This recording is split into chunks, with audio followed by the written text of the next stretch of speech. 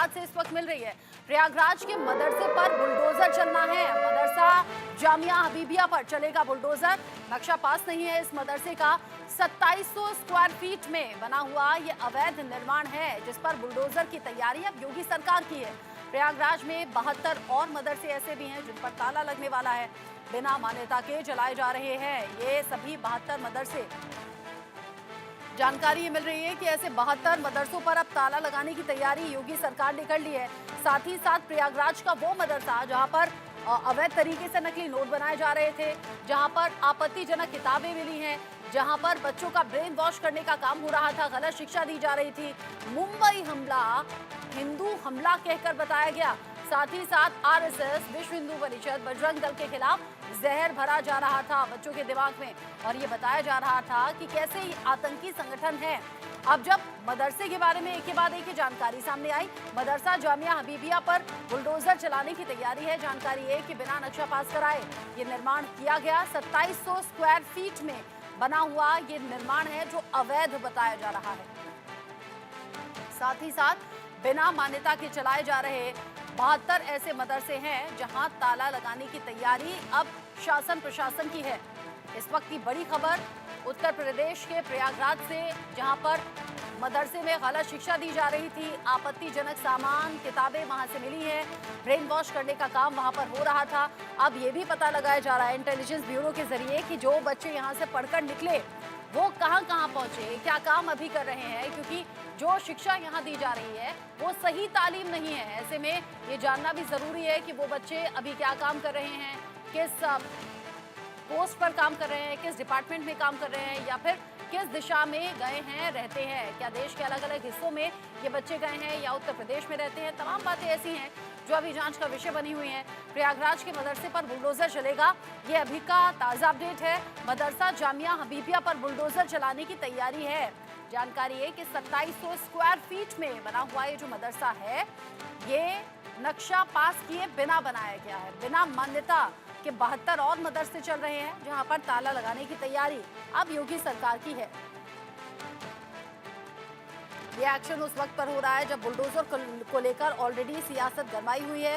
Bulldozer को लेकर supreme court भी टिप्पणी कर चुका है। बुलडोजर को लेकर एक तरफ अखिलेश यादव, दूसरी तरफ योगी आदित्यनाथ, दोनों के ही वार पलटवार लगातार जारी है जिनकी चर्चा पब्लिक डोमेन में बहुत ज्यादा है। और ऐसे में मदरसा जामिया हबीबिया पर बुलडोजर चलाने की तैयारी अब प्रशासन की है।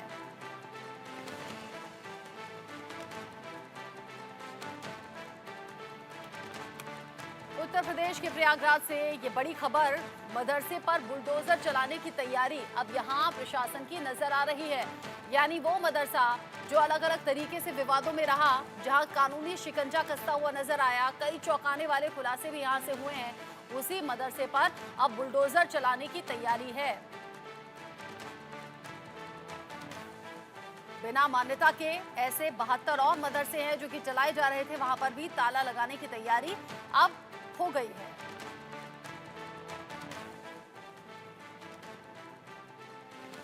अमित श्रीवास्तव इस खबर को लेकर जुड़ गए हैं ज्यादा अपडेट के साथ। अमित, नकली नोट बनाए गए, आपत्तिजनक किताब मिली, गलत शिक्षा दी गई, मुंबई हमले को हिंदू हमला कहा गया, ये तमाम बातें ऐसी रहीं।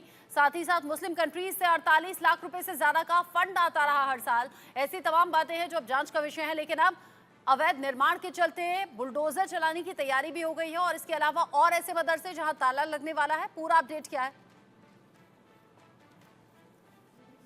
इलाके में जामिया हबीबिया जो मदरसा है, इसमें सबसे पहले जो है नकली नोट का कारोबार हुआ करता था। जो प्रिंसिपल था वो इन्वॉल्व था, उसका उसका मित्र था वो इन्वॉल्व था, साथ ही 2 अन्य लोग जो थे वो नकली नोट बनाते हुए मार्केट में वो खपाने की तैयारी थी। उसी दौरान पुलिस ने पकड़ा।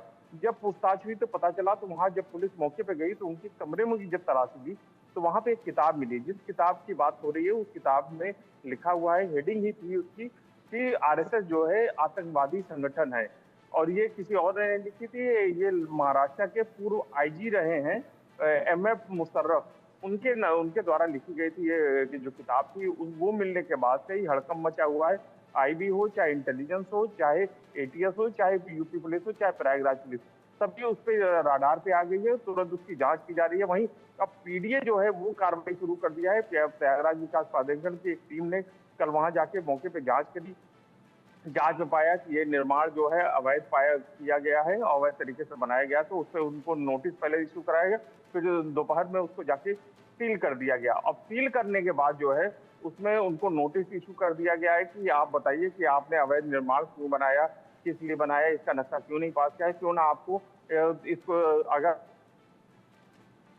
नहीं देते तो इसको ध्वस्त कर दिया जाएगा। तो उसने नोटिस इशू कर दिया है। अब इसके बाद जो मस्जिद और मदरसा कमेटी है उसका अगर वो जवाब ठीक से नहीं दे पाती है तो जो प्रयागराज विकास प्राधिकरण है नियमतः उसको फिर ध्वस्तीकरण की कार्रवाई उस पर अमली जामा पहना के उसको ध्वस्त करने के लिए आदेश करेगी। फिर उसके बाद उसकी पूरी एक टीम बनाई जाएगी और टीम बनने के बाद जो है उसको जो मदरसा है उसको ध्वस्त किया जाएगा।